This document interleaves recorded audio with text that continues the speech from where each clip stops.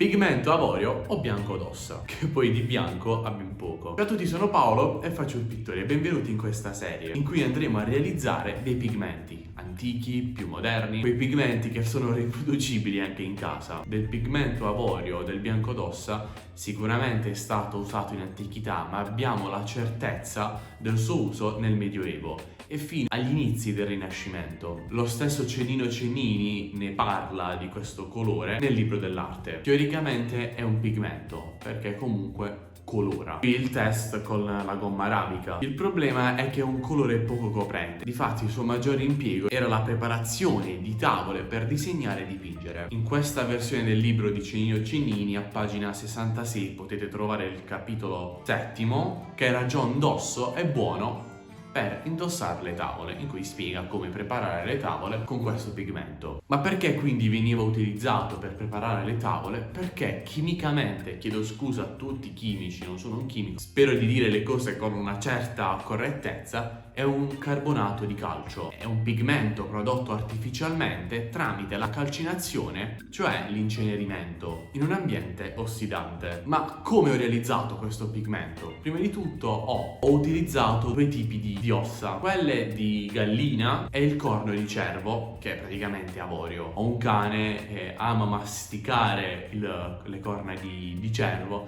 però poi arriva un punto in cui le dovevo togliere perché è troppo piccole e pericolose e ho iniziato a conservarle proprio per questo motivo. Ho posizionato le ossa in un contenitore, quello dei pomodori.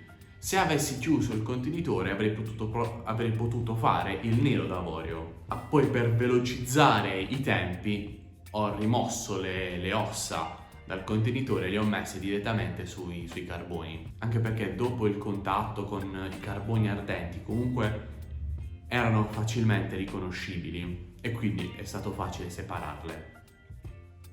Perciò ho lasciato le ossa tantissimo tempo sui carboni e raggiunta più o meno questo colore avrei potuto farle stare molto di più. Avevo paura appunto che diventando troppo bianche sarebbero diventate difficili da prendere e che quindi avrei buttato diverso colore. Aperta parentesi, questo modo di realizzare i pigmenti è intuitivo, nessuno me l'ha insegnato, né tantomeno mi aspetto di insegnarvi qualcosa in una maniera professionale. Non sono un chimico, ma sono semplicemente un ragazzo curioso che prova a sperimentare. Perciò dopo che ho calcinato tutte le ossa, mi sono spostato su questo pezzo di pietra e ho iniziato a pestare tutte le ossa, rimuovendo quegli eccessi, quei detriti di ossa che, essendo più duri, non sono riuscito a calcinare e che avrebbero dato fastidio poi nel secondo passaggio. Successivamente poi nel mio studio, mediante l'utilizzo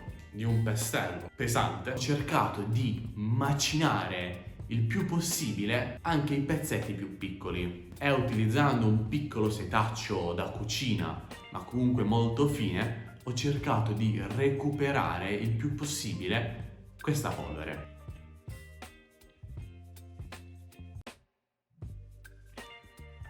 E infine ho mischiato prima di tutto questa polvere all'acqua, quindi agitando il contenuto all'interno del bicchiere, e ho preparato dei filtri molto rudimentali utilizzando del cotone e dello spago da cucina.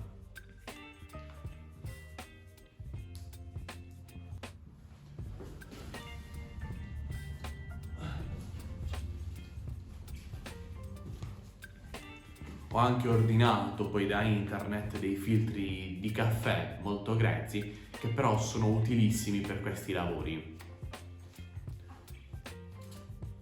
Quindi, dopo aver sbattuto, dopo aver agitato il contenuto nel bicchiere affinché si fondesse il più possibile con l'acqua, sono andato a colare acqua e polvere attraverso il filtro e tutti gli altri filtri. Ho lasciato appunto che tutta l'acqua attraversasse il filtro.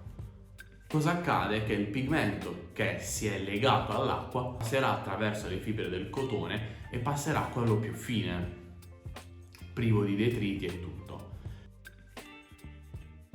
Perciò una volta filtrato tutto il pigmento ho lasciato decantare il colore per giorni e giorni, e quando potevo rimuovevo versando o con una siringa l'acqua, fino a quando poi il tempo ha fatto il resto. Vi consiglio di mettere una parte isolato e di coprire con un pezzo di carta, un velo di cotone, per far sì che non cada la polvere all'interno. All'ultimo poi, dopo che l'acqua era evaporata del tutto e quindi il pigmento si era seccato, notiamo che il pigmento si è seccato, come in questo caso, che c'è della terra in questo bicchiere, e si spacca. E con un pestello andato a macinare finemente il pigmento. Essendo questo un carbonato di calcio, se mai dovessi utilizzarlo dovrei ogni volta setacciarlo. Per questo non l'ho fatto in questa parte, anche perché è una procedura inutile farlo se non devi utilizzarlo. Eccoci qua, nell'ultimo momento il pigmento si è completamente asciugato, non c'è più traccia di acqua, in realtà era pronto da diverso tempo, però comunque ci ha messo circa 2-3 settimane, ci troviamo in inverno quindi fa anche abbastanza freddo. Allora ho preparato il pestello perché il pigmento va pestato in questo momento e mi sto appoggiando su una superficie in vetro così da poter recuperare del pigmento se dovesse cadere. Questo è un pestello in marmo che ho trovato, che ho acquistato da Amazon.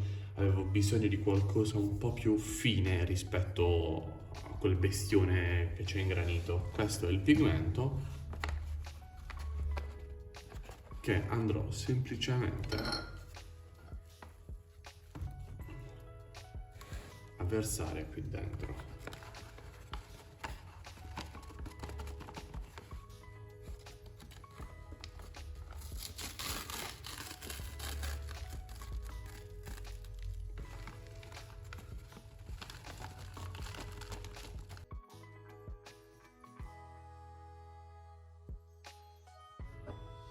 Questo era quello che era rimasto in questo bicchierino in cui avevo lasciato un po' d'acqua a decantare. E poi questo, che è dove ce n'è di più.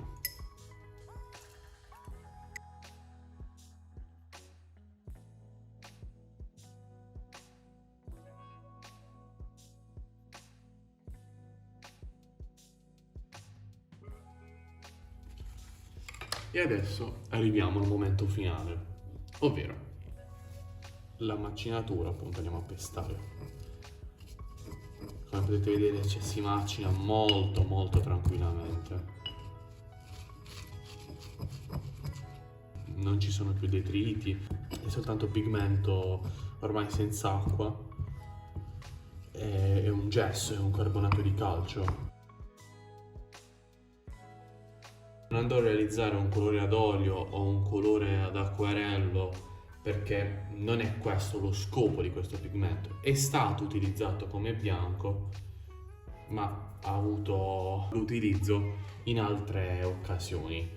Giusto per una questione di conservazione e di studio, ne vado a prendere giusto un po' e andrò ad unire con un po' di gomma arabica già disciolta, un medium per acquarelli, e un goccio d'acqua.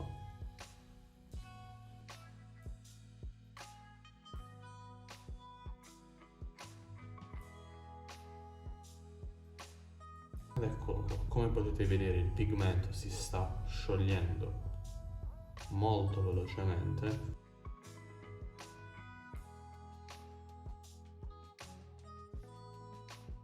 Io continuo a chiamarlo bianco perché è il bianco che si ottiene. In questo caso avrei dovuto insistere un po' di più con le fiamme, ma dato che lo scopo di questo pigmento era quello di riprodurre un simil carbonato di calcio per inossare le tavole. Naturalmente può essere anche impiegato come un pigmento per acquerelli, per l'olio, magari può trovare il suo impiego in velature, ma comunque non è che effettivamente sia un colore così interessante, ecco.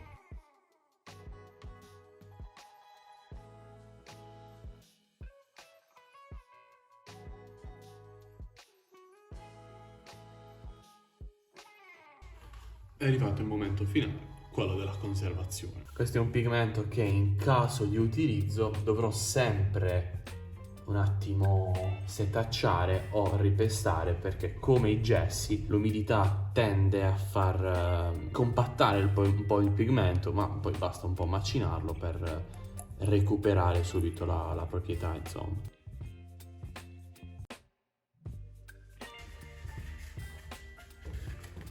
Il prossimo acquisto sarà sicuramente un imbuto. Al momento ci accontentiamo di queste soluzioni.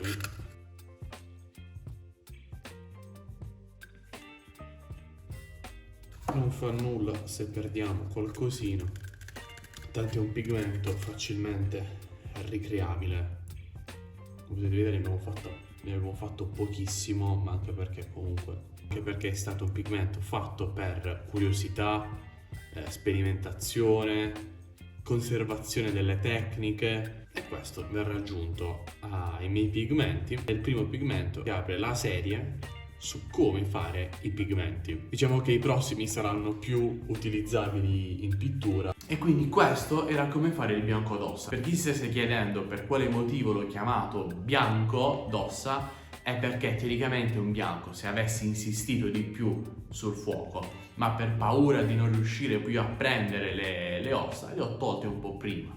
Poi la presenza del corno di cervo che tende a ingiallire ci ha fatto creare un grigio ocra. E anche per rispondere a chi magari si stesse chiedendo per quale motivo fare un pigmento del genere oggi, posso rispondere da diversi punti di vista. Parto dal punto di vista mio soggettivo, sono un amatore e a me piace tantissimo sperimentare, ricercare, e diciamo che ho una certa ossessione per i pigmenti, quindi mi piace l'idea di possedere tutti i pigmenti del mondo, anche quelli antichi. E come questo motivo sono costretto a fabbricarmeli da solo. 2, per una questione di conservazione e di studio, anche per cercare di capire questi geni come avevano intuito determinate cose, cioè perché le ossa. E 3, forse simile a 1, quindi di ricerca e di studio, ma soprattutto per divulgare in uno stile, in un modo mio personale, perché come vi ho già detto non sono un chimico, queste conoscenze che purtroppo stiamo perdendo. Spero che questo video ti sia piaciuto. Se sì, ti chiedo di lasciare un mi piace, un commento per condividere la tua opinione. Ti prometto che il prossimo pigmento sarà più utilizzabile. Lasciami un commento per condividere la tua opinione e ti chiedo di iscriverti al canale per allargare questa compagnia d'arte che stiamo costruendo qui su YouTube. Grazie se avete visto tutto il video, arrivederci.